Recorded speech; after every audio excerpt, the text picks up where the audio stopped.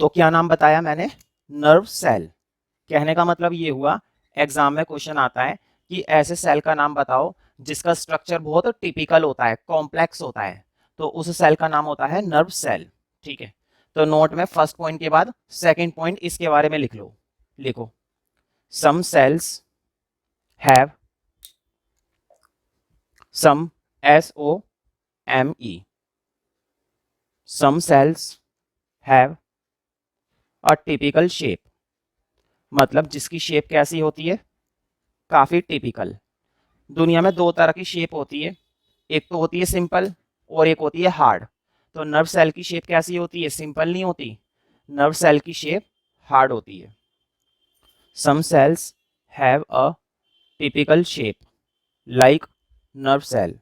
तो 1 मार्क्स में क्वेश्चन आया कि नर्व सेल का स्ट्रक्चर कैसा होता है, तो तुम्हें बताना है उसका स्ट्रक्चर टिपिकल होता है, कॉम्प्लेक्स होता है, सिंपल नहीं होता। ठीक है, तो ये नोट के अंदर सेकंड पॉइंट था हमारा। तो देखो, कोई सा भी ऑर्गेनिज्म अगर किसी भी तरीके का काम कर पा रहा है, मतलब उसकी बॉडी क्या कर रही है? फंक्शन कर रही है। कभी कभी क्या होता है, किसी भी लिविंग ऑर्गेनिज्म की बॉडी ना ठीक तरह से फंक्शन नहीं कर पाती। फॉर एग्जांपल, कोई व्यक्ति कह रहा है मुझे सांस लेने में दिक्कत हो रही है, तो क्या वो अच्छे से ब्रीथिंग कर पाएगा? सांस ले पाएगा? वो सांस नहीं ले पाएगा। इसका मतलब एक बात पक्की है कि उसके लंग्स में कुछ ना कुछ क्या होने वाली है? प्रॉब्लम हो रही है या फिर प्रॉब्लम होने वाली है। एक व्यक्ति ये कहता है कि हमें ना खाना सही से पचा नहीं पाते हैं, डाइजेशन नहीं कर पाते हैं। हमारी बॉडी के अंदर जो डाइजेशन प्रोसेस है, वो डाइजेशन प्रोसेस ठीक से हो नहीं पा रहा है। इसका मतलब ये हुआ कि कुछ लोग कुछ बता रहे हैं कि हमारा ये काम नहीं हो पा रहा है बॉडी में, और कुछ लोग कह रहे हैं हमारा ये काम नहीं हो पा रहा है। तो क्या उस व्यक्ति की बॉडी ठीक तरह से फंक्शन कर पा रही है? वो बॉडी ठीक तरह से फंक्शन नहीं कर पा रही है। और इसके लिए कौन रिस्पॉन्सिबल है? हमारी बॉडी में पाए जाने वाले ऑर्गन्स। बताओ, हमारी बॉडी के ऑर्गन अगर ठीक से काम ना करे, हार्ट, किडनी, लंग्स, ये सारी चीजें अगर ठीक से काम ना करें, तो क्या हमारी बॉडी ठीक से काम कर पाएगी? नहीं। तो ऑर्गन किससे बनते हैं? तुम्हें जानकर हैरानी होगी, ऑर्गन बनते हैं टिश्यू से। अभी मैंने टिश्यू नहीं पढ़ाया, सेल पढ़ाने के बाद अगला चैप्टर कौन सा आएगा? टिश्यू। और टिश्यू किससे बनते हैं? टिश्यू बनते हैं सेल से।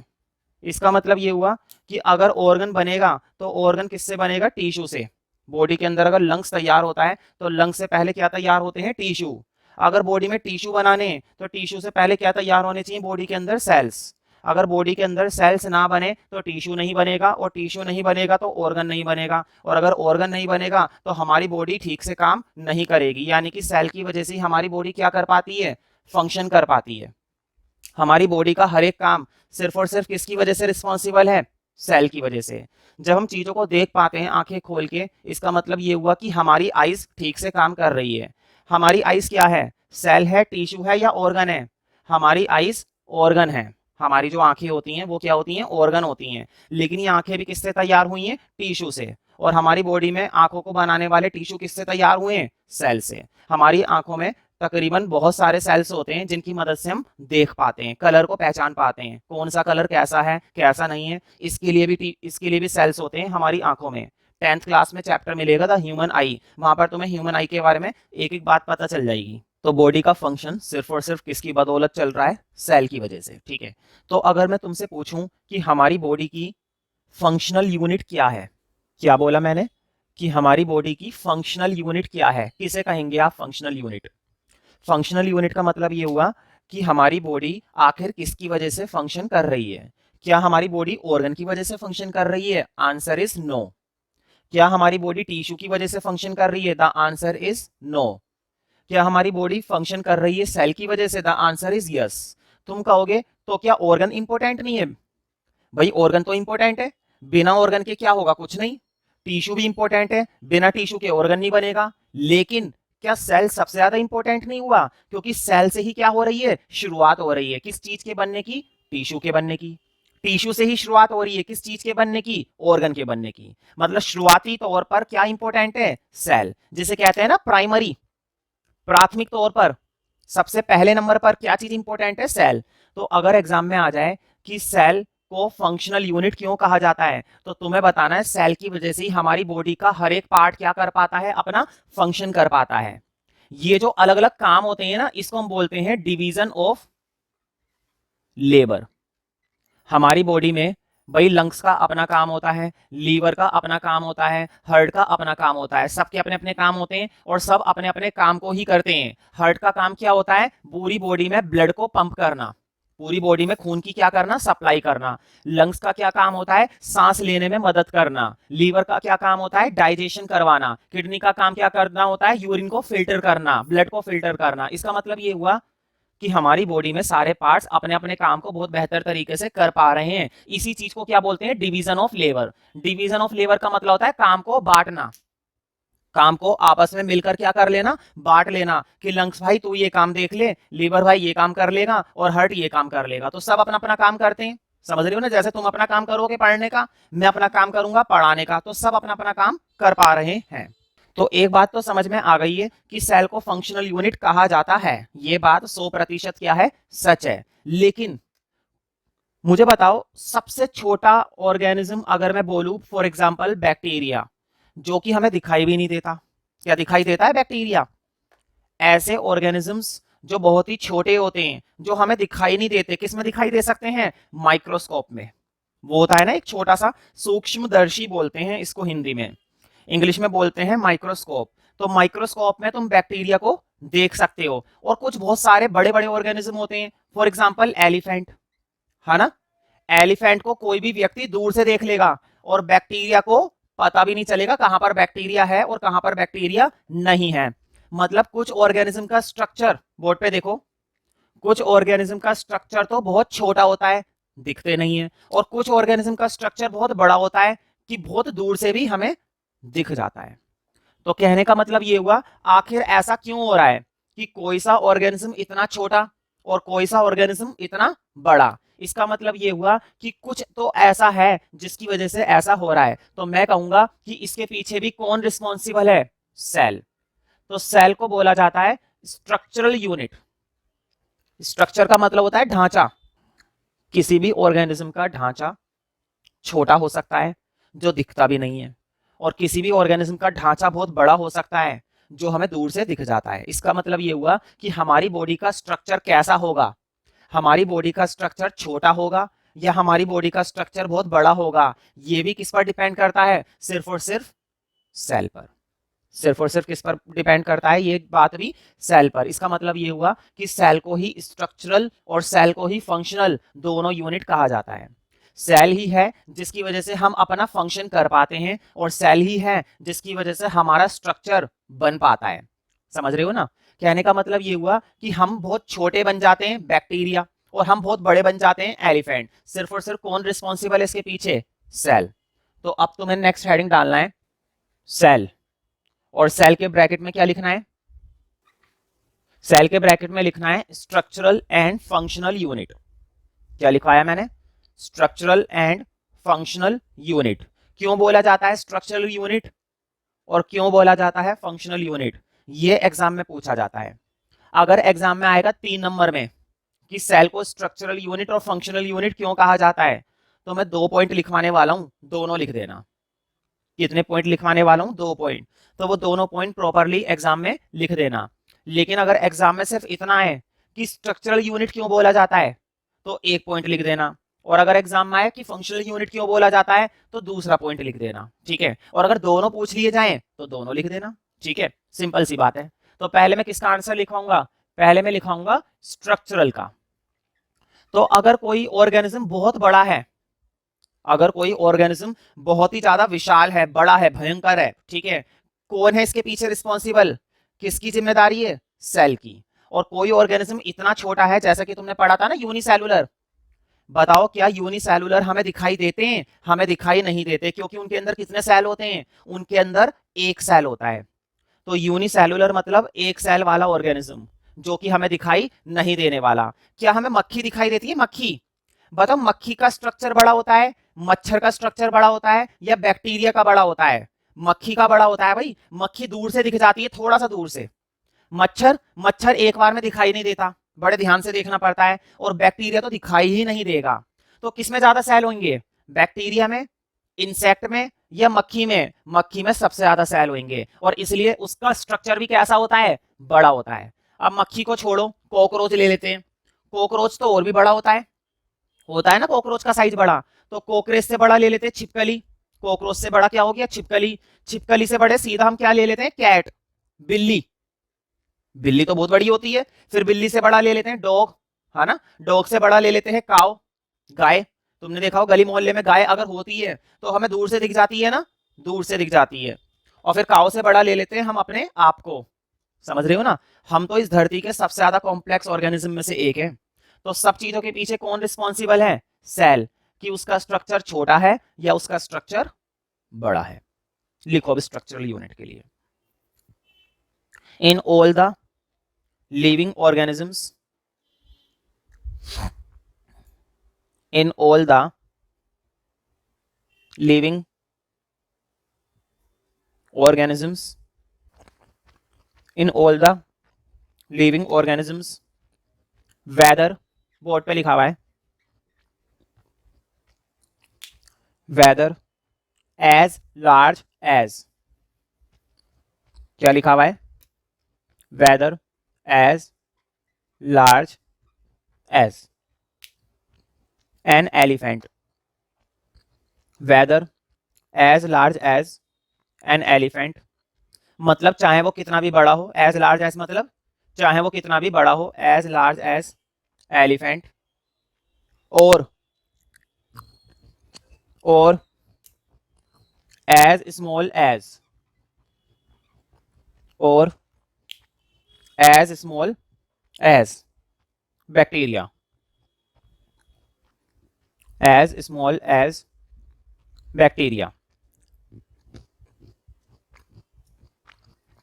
मतलब वो ऑर्गेनिज्म चाहे कितना भी बड़ा हो जैसे कि एलिफेंट, और चाहे कितना भी छोटा हो जैसे कि बैक्टीरिया, कौन रिस्पॉन्सिबल है, सेल।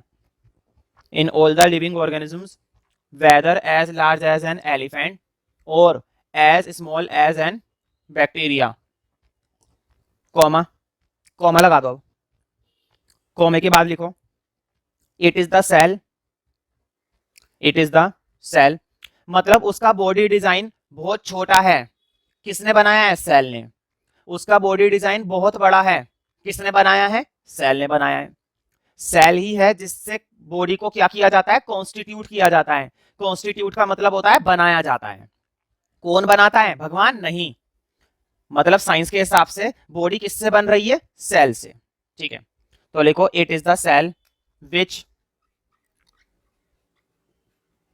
constitutes the body,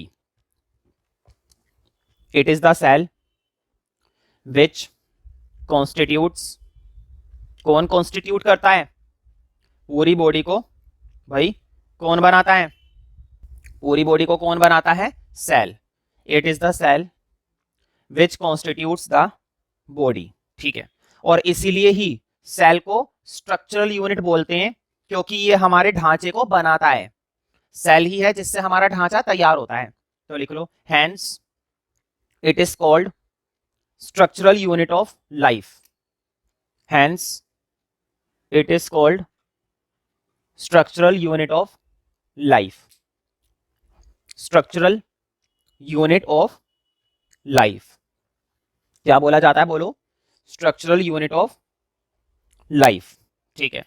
अब लिखो सेकंड पॉइंट, फंक्शनल यूनिट, आखिर क्यों सेल को फंक्शनल यूनिट बोलते हैं, क्यों बोलते हैं, क्योंकि भाई हमारी बॉडी में सेल से ही सारे फंक्शंस होते हैं, ठीक है, लिखो each living, each, EACH, each living cell has the capacity, each living cell has the capacity, board पे लिखा हुआ है, each living cell has the capacity to perform basic functions, to perform basic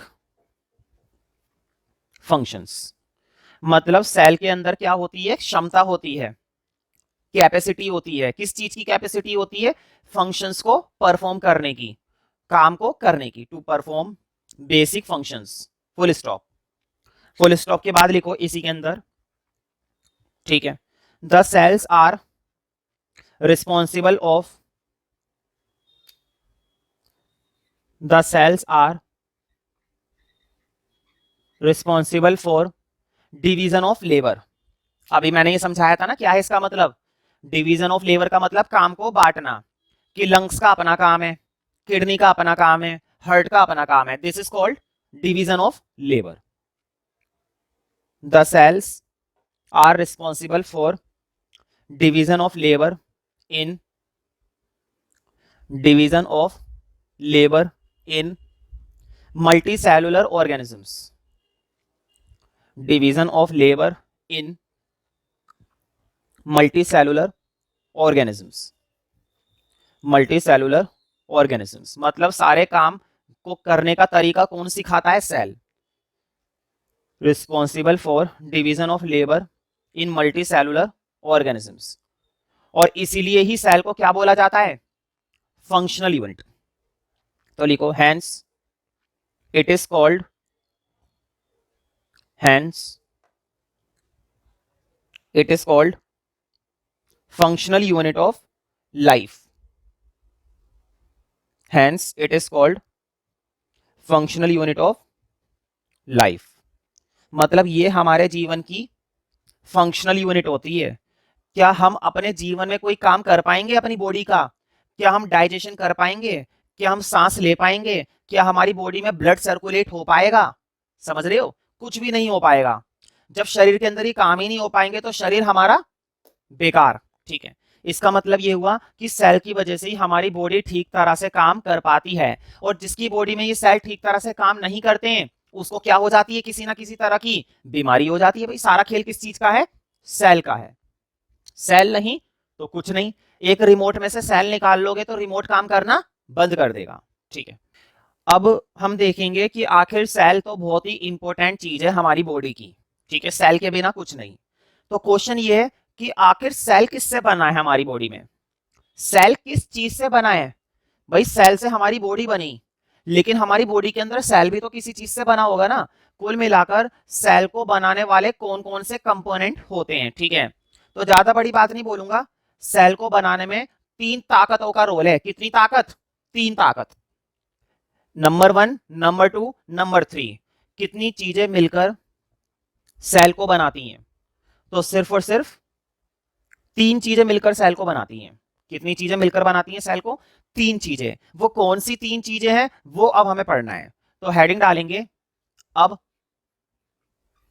cell made up of, ये heading है। अब हमारा next और new heading किस चीज का है? Cell made up of. इसका मतलब क्या हुआ? मेड अप का क्या मतलब है? मेड अप का मतलब ये होता है किससे बना। सेल हमारा किससे बना? हमारे अंदर सेल किस चीज से बन रहा है? प्लांट के अंदर सेल किस चीज से बन रहा है? यूनिसेलुलर में किस चीज से बन रहा है? और मल्टीसेलुलर में किस चीज से बन रहा है? तो सेल किसी का भी हो कितनी चीजों से बनता है? सेल को बनाने के लिए कितनी चीजें तुम्हें चाहिए? जैसे घर पर तुम्हें दही बनाना होता है ना, तो दही बनाने के लिए क्या क्या चाहिए? दूध चाहिए। समझ रहे हो ना? तो इसी तरीके से सेल को बनाने के लिए क्या क्या चीजें चाहिए होती हैं? तो किसी भी सेल के अंदर 3 चीजें होती हैं जिससे वो बनता है। ठीक है, कितनी चीजें होती हैं? 3 चीजें होती हैं। पहले नंबर पर आती है प्लाज्मा मेम्ब्रेन। ये क्या होती है वो तो हम डिस्कस कर लेंगे अभी। ठीक है, पहले नंबर पर क्या होती है भाई? Plasma membrane. दूसरे नंबर पर होती है जिससे सेल बना हुआ होता है न्यूक्लियस। और तीसरे नंबर पर क्या होता है? तीसरे नंबर पर होता है साइटोप्लाज्म। कितनी चीजों से हमारा सेल बनकर क्या होता है? तैयार होता है। तो 3 चीजों से बनकर तैयार होता है। 3 चीजों से, प्लाज्मा मेम्ब्रेन, न्यूक्लियस और साइटोप्लाज्म। ठीक है, वैसे तो देखो सेल के अंदर और भी बहुत सारी चीजें होती हैं, लेकिन मुख्य तौर पर कितनी चीजों से सेल बनता है? 3 चीजों से, प्लाज्मा मेम्ब्रेन, न्यूक्लियस, साइटोप्लाज्म। अब ये क्या नाम आ गए अजीब से?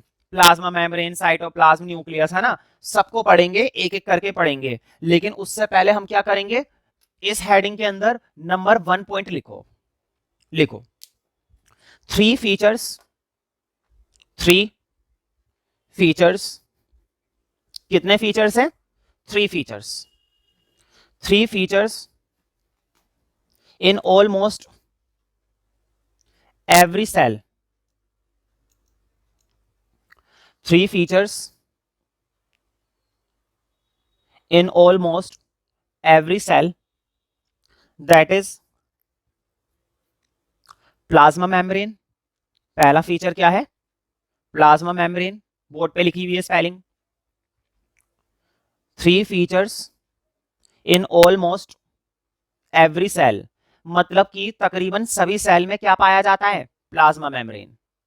3 features in almost every cell, that is plasma membrane, nucleus and cytoplasm।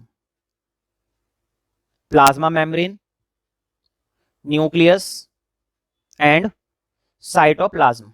कौन कौन सी 3 चीज है? न्यूक्लियस, प्लाज्मा मेम्ब्रेन और cytoplasm.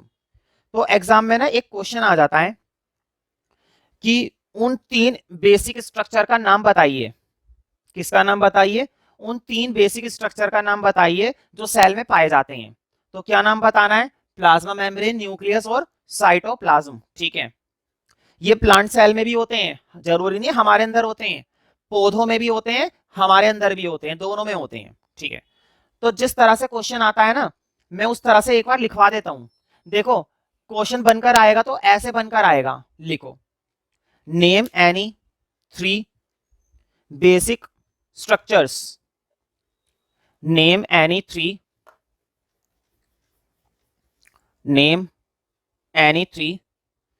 basic structures present, name any 3 basic structures present in plant and animal cell,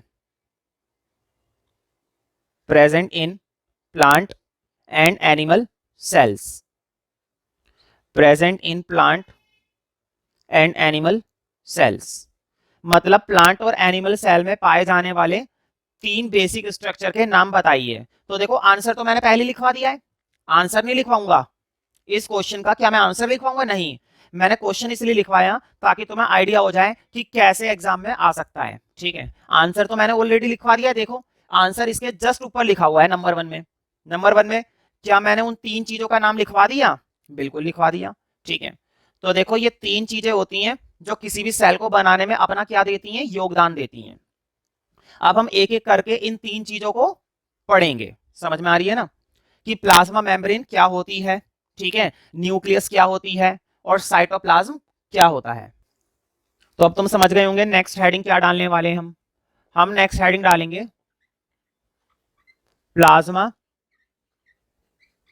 membrane. क्या नाम डालेंगे? Plasma membrane. तो देखो प्लाज्मा मेम्ब्रेन के ना 2 नाम और होते हैं, प्लाज्मा मेम्ब्रेन के 2 नाम और होते हैं, तो वो नाम भी तुम्हें लिखने पड़ेंगे ओब्लिक करके। ठीक है, तो प्लाज्मा मेम्ब्रेन का ओब्लिक करके एक नाम और लिखो। दूसरा नाम होता है सेल मेम्ब्रेन। दूसरा नाम क्या होता है? Cell membrane. मैंने बताया था 2 नाम और होते हैं, यानी कि एक नाम और बचा है, तो वो भी लिखो। उसको बोला जाता है सेलेक्टिवली परमिएबल। क्या बोला जाता है? Selectively permeable membrane. Selectively permeable membrane. तो टोटल कितने नाम है? 3 नाम। प्लाज्मा मेम्ब्रेन, ठीक है, सेल मेम्ब्रेन, ठीक है, सेलेक्टिवली परमेबल मेम्ब्रेन। तो ये 3 नाम होते हैं। अभी तो मैंने बस क्या बताया? नाम बताए। अब मैं इनके बारे में पढ़ाऊंगा कि ये होती क्या है। अब ध्यान से समझना। देखो मैं ना बोर्ड पर सेल नहीं बना रहा, मैं सिर्फ क्या बना रहा हूं? सेल का एक रफ स्ट्रक्चर। सेल का मैंने क्या बना दिया? एक रफ स्ट्रक्चर बना दिया। मतलब अंडे की तरह मैंने एक शेप बना दी। मान लो ये सेल है, मैंने ना प्रॉपर सेल ड्रॉ करके नहीं दिखाया, ना तो मैंने तुमको प्लांट सेल बनाकर दिखाया, ना ही मैंने तुमको एनिमल सेल बनाकर दिखाया। मैंने बस क्या दिखाया है? मैंने बस एक रफ आइडिया दिखा दिया, क्योंकि जो बात मुझे समझानी है ना वो बात तुमको इससे समझ में आ जाएगी। देखो ये जो सेल के सबसे बाहर वाली लाइन होती है, ये जो सेल के सबसे बाहर वाली लाइन होती है ना, जिससे ये हमारा सेल क्या हुआ हुआ होता है? बंद हुआ हुआ होता है। जिससे हमारा ये सेल पूरा का पूरा क्या हुआ हुआ होता है? बंद हुआ हुआ होता है। तो ये बाहर वाला जो कवर होता है, जिसको हम इंग्लिश में बोलते हैं आउटर कवर, क्योंकि बाहर वाला कवर है, बाहर वाला मतलब आउटर, और क्योंकि कवर है तो इसलिए क्या बोला जा रहा है, कवर। तो ये जो बाहर वाला कवर होता है ना, इसी कवर को बोला जाता है प्लाज्मा मेम्ब्रेन। इसी सबसे ज्यादा बाहर वाले कवर को क्या बोला जाता है, प्लाज्मा मेम्ब्रेन। ये प्लाज्मा मेम्ब्रेन सबसे बाहर वाला कवर होता है। और जो बिल्कुल सेंटर में होता है यहां पर, इसको बोला जाता है न्यूक्लियस। क्या बोला जाता है, न्यूक्लियस। मुझे मालूम है कि अभी मैं प्लाज्मा मेम्ब्रेन पढ़ा रहा हूं, इसलिए मुझे न्यूक्लियस की बात नहीं करनी चाहिए, लेकिन अभी बस मैं रफली बता रहा हूं, ध्यान से सुनो। जो सबसे बाहर वाला कवर होता है, सबसे बाहर वाला कवर क्या कहलाता है, प्लाज्मा मेम्ब्रेन। और बिल्कुल सेंटर में देखो, सेंटर में है ना, सेंटर मतलब बीचों बीच। सेंटर का क्या मतलब होता है, बीचों बीच। तो जो बीचों बीच वाली चीज होती है वो कहलाती है न्यूक्लियस। और बाकी का ये जो एरिया बच गया, ये सारा एरिया, ये जो सारा का सारा एरिया बचा है, ये सारा एरिया कहलाता है, क्या कहलाता है ये सारा एरिया, साइटोप्लाज्म। क्या तुमको ये बात समझ में आ रही है? क्या मैंने तुमको मोटे मोटे वो तीनों फीचर्स दिखा दिए जिससे सेल बना हुआ होता है? कौन से तीन फीचर बताए थे? कि हर एक सेल में क्या पाया जाता है, प्लाज्मा मेम्ब्रेन। हर एक सेल में क्या पाई जाती है, न्यूक्लियस। हर एक सेल में क्या पाया जाता है, साइटोप्लाज्म। क्या वो तीन स्ट्रक्चर मैंने रफली, मैं ये नहीं कह रहा कि मैंने प्रॉपरली ड्रॉ करके दिखाए हैं, मैं ये कह रहा हूं कि मैंने बहुत ही रफली बताए हैं, लेकिन मैंने बता दी है कि बाहर वाला स्ट्रक्चर, मोटी मोटी बात पता चल गई। सबसे बाहर वाली लेयर प्लाज्मा मेम्ब्रेन, बिल्कुल बीच वाली चीज न्यूक्लियस, और उसके आसपास का जो एरिया बच गया दैट इज कॉल्ड साइटोप्लाज्म। ठीक है, तो रफली हमने इन तीनों का बेसिक बेसिक डायग्राम देख लिया। तो अब हम लिखेंगे प्लाज्मा मेम्ब्रेन की डेफिनेशन। ठीक है, तो इसी हेडिंग के अंदर नंबर 1 पॉइंट बना दो, और नंबर 1 पॉइंट में लिखेंगे हम प्लाज्मा मेम्ब्रेन की डेफिनेशन, कि प्लाज्मा मेम्ब्रेन का क्या मतलब होता है। ठीक है, तो मैंने तो ये बता ही दिया है कि सेल के सबसे बाहर वाली जो लेयर होती है, जैसे घर के बाहर कौन खड़ा हुआ होता है, गार्ड। और उस गार्ड का क्या काम होता है, उस गार्ड का ये काम होता है कि वो अंदर किसी को जाने नहीं देता और बाहर किसी को आने नहीं देता। कहने का क्या मतलब हुआ, कहने का मतलब ये हुआ कि उन्हीं लोगों को अंदर आने देता है जो अंदर आने लायक हैं, और उन्हीं लोगों को बाहर जाने देता है जो बाहर जाने लायक है। क्या हर किसी को आने देता है, क्या हर किसी को जाने देता है, नहीं। हर किसी की एंट्री और हर किसी का एग्जिट, एंट्री मतलब अंदर आना और एग्जिट मतलब बाहर जाना। हर किसी को अंदर आने नहीं दूंगा और हर किसी को बाहर जाने नहीं दूंगा। क्या कहना चाहता हूं मैं, इधर ध्यान दो। मान लो ये हमारी क्या बनी हुई है, प्लाज्मा मेम्ब्रेन। ये जो मैंने बोर्ड पर टुकड़ा बनाया है, ये टुकड़ा किस चीज का है, प्लाज्मा मेम्ब्रेन का। और ये प्लाज्मा मेम्ब्रेन क्या कर रही है, ये प्लाज्मा मेम्ब्रेन ना अंदर है ना, किसी चीज की जरूरत पड़ रही है। मान लो अंदर जरूरत पड़ती है किसी भी तरह की एनर्जी की। सेल को क्या चाहिए, सेल को चाहिए एनर्जी। ठीक है, तो एनर्जी अंदर भेजने का काम और एनर्जी बाहर भेजने का काम, एंट्री करवाना और एग्जिट करवाना। एंट्री करवाना, एग्जिट करवाना, दोनों काम किसके हाथ में, प्लाज्मा मेम्ब्रेन के हाथ में। ये अंदर वाली चीजों को सुरक्षित रखती है। जैसे कि मान लो बाहर है ना, बहुत ठंड है, बाहर क्या है, बहुत ही ज्यादा ठंड है, तो तुम कमरे के अंदर क्या रहोगे, सुरक्षित रहोगे, है ना। तुम बाहर के एटमॉस्फेयर में नहीं जाओगे। क्या तुम बाहर के एटमॉस्फेयर में जाकर धूम मचाओगे, नहीं। तुम बाहर के एटमॉस्फेयर में जाकर धूम नहीं मचाओगे, तुम अपने घर के अंदर रहोगे और घर का गेट क्या करके रखोगे, बंद। और घर का गेट क्या है, घर का गेट है प्लाज्मा मेम्ब्रेन। ऐसे ही सेल का गेट क्या है, सेल का गेट है प्लाज्मा मेम्ब्रेन। तो तुम इस प्लाज्मा मेम्ब्रेन की मदद से अंदर वाली चीजों को क्या रखते हो, सेपरेट रखते हो, बाहर नहीं जाने देते। ठीक है, तो डेफिनेशन के अंदर लिखो, it is the outer covering, board पे लिखा हुआ है, it is the outer covering. क्या होती है ये होती है outer covering. It is the outer covering of the cell, outer covering of the cell. ठीक है, ये सेल के बाहर का क्या होती है, कवर होती है, सेल के बाहर का कवर होती है। It is the outer covering of the cell. और इसका काम क्या होता है, देखो, सेल की अंदर चीजों, सेल के अंदर की जो चीजें होती है ना, सेल के अंदर की जो चीजें होती हैं, उस अंदर की चीजों को सुरक्षित रखने का काम होता है।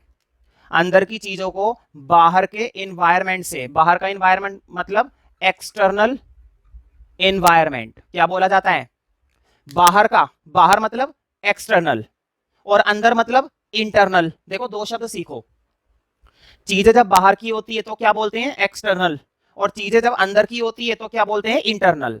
तो ये अंदर वाली चीजों को बाहर वाली चीजों से क्या रखती है, सुरक्षित रखती है ना। क्यों, क्योंकि बीच में एक दीवार है, उस दीवार का नाम क्या है, उस बीच वाली दीवार का नाम है प्लाज्मा मेम्ब्रेन।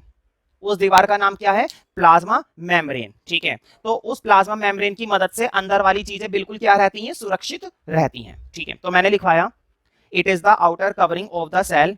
फिर सेल के बाद लिखो, फुल स्टॉप नहीं लगाना, सेल के बाद फुल स्टॉप नहीं लगाना है, डायरेक्ट लिखना है, it is the outer covering of the cell that separates the that separates the internal content.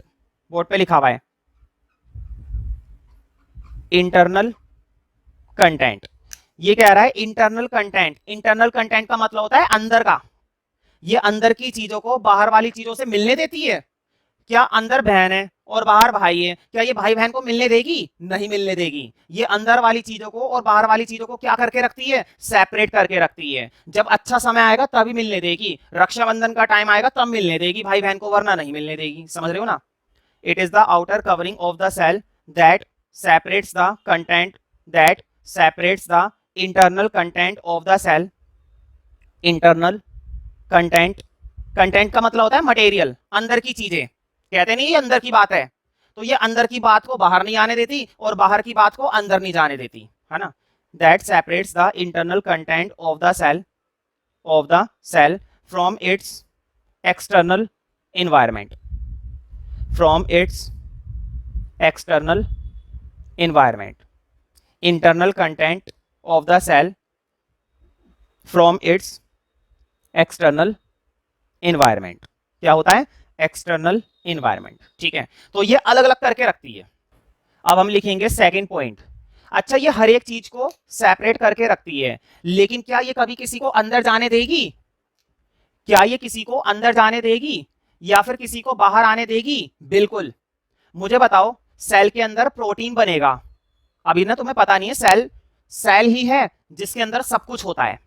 Protein, vitamin, oxygen से कार्बन डाइऑक्साइड, कार्बन डाइऑक्साइड से ऑक्सीजन, रेस्पिरेशन, ये सारी चीजें हमारी बॉडी की पता है किसके अंदर हो रही हैं। हम जो खाना खाते हैं उस खाना से क्या मिलती है हमें, एनर्जी। हम जो सांस लेते हैं वो ऑक्सीजन कहां पर जाती है, ये सारे सवालों के जवाब पता है कहां पर आकर खत्म होते हैं, सेल के अंदर। अभी तुम्हें ज्यादा कुछ मालूम नहीं है सेल के बारे में। सेल ही है जिसकी वजह, मैंने पहले भी तो बताया था, सेल ही तो होता है जिसकी वजह से हमारी बॉडी क्या कर पाती है, फंक्शन कर पाती है। अब मुझे बताओ, सेल के अंदर है ना प्रोटीन तैयार हो गया है बनकर, मान लो ये हमारा क्या है, सेल है। ये जो मैंने बॉक्स बनाया है ये बेसिकली क्या है, सेल है। और इस सेल के अंदर क्या बनकर तैयार हो गया है भाई, प्रोटीन। कहते नहीं है प्रोटीन की आवश्यकता है बहुत ही ज्यादा, प्रोटीन की आवश्यकता है बहुत ही ज्यादा। तो सेल के अंदर बनकर तैयार हो गया है हमारा प्रोटीन। प्रोटीन बनकर तैयार हो गया। अब इस प्रोटीन को ना बॉडी तक पहुंचाना है, तो मुझे बताओ सेल के अंदर से ये प्रोटीन को बाहर निकालना पड़ेगा। सेल के अंदर से इस प्रोटीन को क्या करना पड़ेगा, बाहर करना पड़ेगा। मतलब कि प्रोटीन को एग्जिट कराना है। और बाहर कौन सी लेयर बैठी हुई है, बाहर लेयर बैठी हुई है प्लाज्मा मेम्ब्रेन। बाहर कौन बैठा हुआ है गेट के, प्लाज्मा मेम्ब्रेन। तो ये काम कौन करवाएगी, प्लाज्मा मेम्ब्रेन करवाएगी। इसका मतलब ये हुआ, ये किसी भी चीज को अंदर आने देती है और ये किसी भी चीज को बाहर जाने देती है, लेकिन उसी चीज को अंदर आने देती है जिसकी अंदर जरूरत है और उसी चीज को बाहर जाने देती है जिसकी बाहर जरूरत है। समझ रहे हो ना। मुझे बताओ, सेल के अंदर है ना पानी की जरूरत है, पानी, और बाहर क्या है, बाहर बहुत सारा पानी है। ठीक है, अब मुझे बताओ क्या ये पानी को अंदर आने देगी प्लाज्मा मेम्ब्रेन, तो आंसर है बिल्कुल यस, आने देगी। यानी कि ये एंट्री और एग्जिट हर किसी को नहीं देती, ये एंट्री और एग्जिट सिर्फ और सिर्फ सेलेक्टेड सब्सटेंसेस को देती है। ये सिर्फ कुछ ही मटेरियल को एंट्री अलाउड करती है और कुछ ही मटेरियल को एग्जिट अलाउड करती है। जिनकी जरूरत अंदर है उनको आने देगी और जिनकी जरूरत बाहर है उनको जाने देगी। इसका मतलब ये हुआ, ये क्या करती है, ये बेसिकली सेलेक्ट करती है। इसीलिए इस वाली मेम्ब्रेन को ये भी बोला जाता है सेलेक्टिवली परमिएबल मेम्ब्रेन। मैंने हेडिंग के अंदर देखो नाम लिखवा रखा है ना, 3 नाम लिखवाए मैंने प्लाज्मा मेम्ब्रेन के। कितने नाम लिखवाए, 3 नाम लिखवाए। एक होती है प्लाज्मा मेम्ब्रेन, दूसरा नाम होता है सेल मेम्ब्रेन, तीसरा नाम होता है सेलेक्टिवली परमिएबल मेम्ब्रेन। अब यहां पर ध्यान से समझना कि सेलेक्टिवली परमिएबल मेम्ब्रेन क्यों कहते हैं इसको, अब तुम्हें समझ में आ गया होगा। सेलेक्टिवली इसलिए बोलते हैं क्योंकि ये उन्हीं मटेरियल को सेलेक्ट करती है जिसको अंदर भेजना है और ये उन्हीं मटेरियल को सेलेक्ट करती है जिसको बाहर भेजना है, समझ रहे हो ना, हर किसी को नहीं आने देती और हर किसी को जाने नहीं देती, ठीक है। तो इससे बेसिकली क्या होता है, सिलेक्शन होता है, जब तक सिलेक्शन नहीं करेगी तब तक एंट्री और एग्जिट अलाउड नहीं करेगी, ठीक है। ये बातें लिखो सेकंड पॉइंट के अंदर, write down second point, this is, है ना, the plasma membrane allows, board पे लिखा हुआ है, the plasma membrane allows the entry and exit, the plasma membrane allows the entry and exit of some materials, the plasma membrane allows the entry and exit of some materials in and out, क्या बोला मैंने, board पे देखो, इन and out मतलब अंदर भेजना बाहर करना, अंदर भेजना बाहर करना, इन मतलब अंदर, आउट मतलब बाहर, तो इन करवाने का काम, आउट करवाने का काम कौन करेगी, प्लाज्मा मेम्ब्रेन।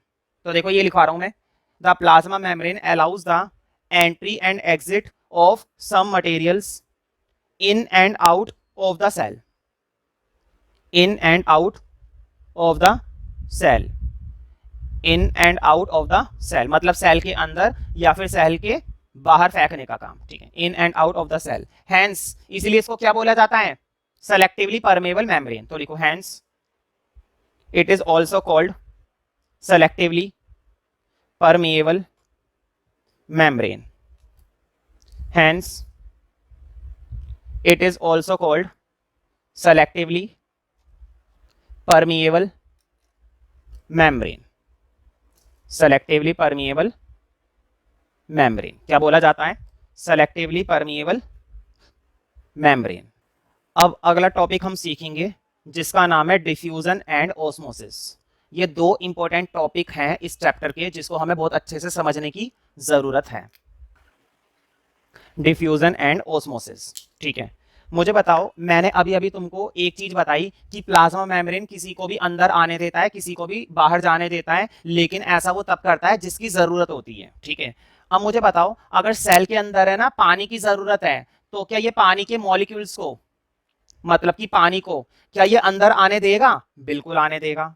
अब मुझे बताओ, इसके अंदर है ना ऑक्सीजन गैस की जरूरत है, किसकी जरूरत है, ऑक्सीजन गैस की जरूरत है, तो क्या ये ऑक्सीजन गैस को अंदर आने देगा, बिल्कुल आने देगा। मुझे बताओ, बाहर ब्लड ट्रांसपोर्ट करने की जरूरत है, ब्लड को बाहर भेजने की जरूरत है, खून, क्या बात कर रहा हूं मैं बात कर रहा हूं खून की। सेल के बाहर क्या करना है, ब्लड करना है। देखो, पानी को कहां भेजना है, अंदर भेजना है, ऑक्सीजन को कहां भेजना है, अंदर भेजना है, ब्लड को कहां भेजना है, बाहर भेजना है। एक एग्जांपल और ले लेता हूं, मान लो CO2, इसको बाहर भेजना है। मुझे बताओ, मैंने ना दो चीजें बताई, वाटर और ब्लड, बताओ दोनों का नेचर कैसा होता है, दोनों का नेचर होता है लिक्विड। पानी कैसा होता है, लिक्विड, ब्लड कैसा होता है, लिक्विड। अब जरा इन दो चीजों को देखो, बाकी की दो चीजें, ऑक्सीजन और कार्बन डाइऑक्साइड, इन दोनों का नेचर क्या होता है, गैस, इन दोनों का नेचर क्या होता है, गैस होता है। अब मुझे बताओ, प्लाज्मा मेम्ब्रेन गैस को भी अलाउड कर देगा ना अंदर जाना और बाहर जाना, सोच कर देखो, क्या प्लाज्मा मेम्ब्रेन गैस को अलाउड करेगा, गैस को अलाउड कर देगा। क्या प्लाज्मा मेम्ब्रेन लिक्विड को अलाउड करेगा, लिक्विड को भी अलाउड कर देगा। देखो, जब सेल के अंदर क्या ट्रांसपोर्ट होता है, लिक्विड, मतलब कि पानी या ब्लड, ठीक है। तो जब सेल के अंदर क्या ट्रांसपोर्ट होता रहता है, लगातार अंदर बाहर अंदर बाहर अंदर बाहर लिक्विड ट्रांसपोर्ट होता रहता है, तो तब ये प्रोसेस कहलाता है osmosis. This process is known as osmosis. इस प्रोसेस को क्या बोला जाता है, ओस्मोसिस बोला जाता है। जब अंदर बाहर क्या ट्रांसपोर्ट होता रहता है, पानी, या तो पानी अंदर चला गया या फिर पानी बाहर चला गया, क्या कहलाएगा, ओस्मोसिस। एक रियल एग्जांपल देता हूं ओस्मोसिस का। किशमिश होती है ना, किशमिश खाने की होती है, छोटी छोटी किशमिश। उन किशमिश को तुम क्या करो, उन किशमिश को ना तुम रात में पानी में भिगो के रख दो, उन किशमिश के दानों को पानी में भिगो के रख दो। इसको इंग्लिश में बोलते हैं रेजिन्स। किशमिश को क्या बोलते हैं, रेजिन्स बोला जाता है। उन किशमिश के दानों को तुमने पानी में भिगो के रख दिया कटोरी के अंदर, और सुबह तुमने देखा, मुझे बताओ किशमिश के अंदर पानी भर जाएगा ना। बताओ, किशमिश पहले कैसी होती है, सूखी सूखी होती है, फूली फूली नहीं होती, सूखी सूखी होती है। और जब तुम सुअर देखोगे तो सुअर उनके अंदर क्या भरा हुआ मिलेगा तुम्हें? पानी। बताओ किसका एग्जाम्पल हुआ, ओस्मोसिस का या फिर कुछ और? ये एग्जाम्पल है ओस्मोसिस का, क्योंकि क्या ट्रांसपोर्ट हुआ है? पानी। क्या पहले किशमिश के अंदर पानी था? नहीं था। क्या अब किशमिश के अंदर पानी आ गया? पानी आ गया। तो पानी का अंदर आना या पानी का बाहर जाना, ध्यान से सुनो, पानी का अंदर आना या पानी का बाहर जाना, जब मीडियम क्या होता है? Liquid. When medium is liquid then the process is known as osmosis. अब बात करनी है गैस की। देखो, जब मीडियम गैस होता है तब process is known as diffusion. तब वो प्रोसेस क्या कहलाता है? तब वो प्रोसेस कहलाता है डिफ्यूजन। ठीक है, मुझे बताओ, हम ऑक्सीजन अंदर लेते हैं, कार्बन डाइऑक्साइड बाहर करते हैं, ऑक्सीजन अंदर लेते हैं, कार्बन डाइऑक्साइड बाहर करते हैं, गैस क्या करते रहते हैं? एक्सचेंज करते रहते हैं। किसका एग्जांपल है? ओस्मोसिस का? नहीं, ये एग्जांपल है डिफ्यूजन का। मुझे बताओ, प्लांट की मिट्टी में तुम पानी देते हो, बिना पानी के क्या पौधा कभी बड़ा होता है? कभी भी नहीं होता। बिना मिट्टी के कोई सा भी पौधा नहीं पनप सकता। तो अगर पौधे को बड़ा करना है, ग्रो करना है, तो तुम्हें उसमें पानी डालना पड़ेगा। बताओ, जब तुम मिट्टी में पानी डालते हो तो मिट्टी पानी को एब्जॉर्ब कर लेती है ना, अपने अंदर ले लेती है। क्या है ये? ओस्मोसिस या डिफ्यूजन? ये प्रोसेस है ओस्मोसिस। क्या है इस प्रोसेस का नाम? ओस्मोसिस। समझ में आ रहा है ना? मुझे बताओ, जब हम परफ्यूम स्प्रे करते हैं तो पूरे हवा के अंदर क्या फैल जाता है? परफ्यूम। परफ्यूम की फ्रेग्रेंस, परफ्यूम की खुशबू पूरे कमरे के अंदर क्या होती है? फैल जाती है। बताओ, परफ्यूम से जो तुमने स्प्रे करा है वो बेसिकली गैस का एग्जांपल है। क्या निकलती है? गैस। वो तो बोला जाता है बिना गैस वाला परफ्यूम, बिना गैस वाला परफ्यूम। होता नहीं है बिना गैस वाला परफ्यूम। ठीक है, होता गैस ही है। तो किसका एग्जांपल है? डिफ्यूजन का। ठीक है, तो नंबर 1 पॉइंट लिखो। पहले हम लिखेंगे डिफ्यूजन की डेफिनेशन। हाँ, लिखो नंबर 1 पॉइंट में carbon dioxide and oxygen. Spelling लिख लोगे? कार्बन डाइऑक्साइड की स्पेलिंग वैसे तो देखो 9th क्लास में वो लिखनी चाहिए, लेकिन कोई नहीं, मैं फिर भी बोर्ड पर लिख देता हूं। क्या होता है इसका सिंबल? CO2। मैंने फॉर्मूला भी लिख दिया और पूरा नाम भी लिख दिया। ठीक है, carbon dioxide and oxygen can move MOVE। Carbon dioxide and oxygen can move across the ACROSS, across। Carbon dioxide and oxygen can move across the, across का मतलब होता है अंदर बाहर, अंदर बाहर, है ना? across the cell membrane, across the cell membrane from high concentration, board पे लिखा हुआ है, from a high concentration to low concentration, from a high concentration to low concentration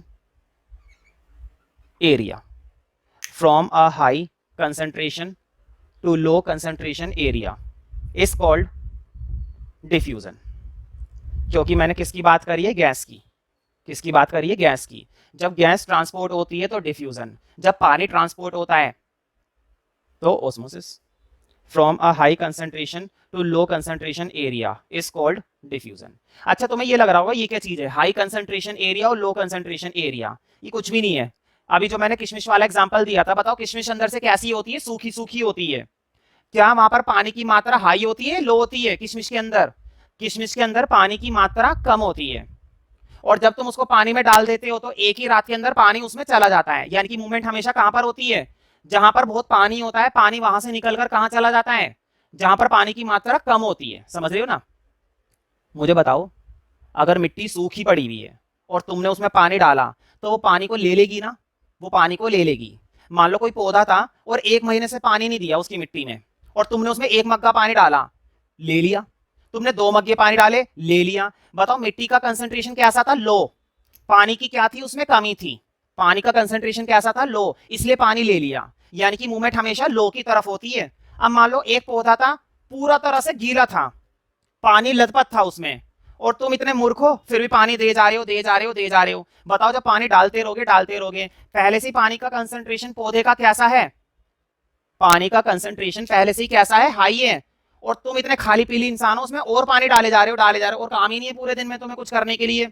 अच्छी खासी गीली मिट्टी में जबरदस्ती का पानी डाले जा रहे हो, होगा क्या? तो बताओ क्या वो मिट्टी पानी एब्जॉर्ब करेगी? नहीं, वो पानी निकलता रहेगा, बहता रहेगा। ठीक है, इसका मतलब ये हुआ कि पानी का कंसंट्रेशन लो होना चाहिए तभी वो पानी को लेगा। मूवमेंट तभी होती है। तो मूवमेंट कहां से होती है? मूवमेंट हाई से लो की तरफ होती है। जहां पर पानी की कमी होती है पानी वहां जाता है।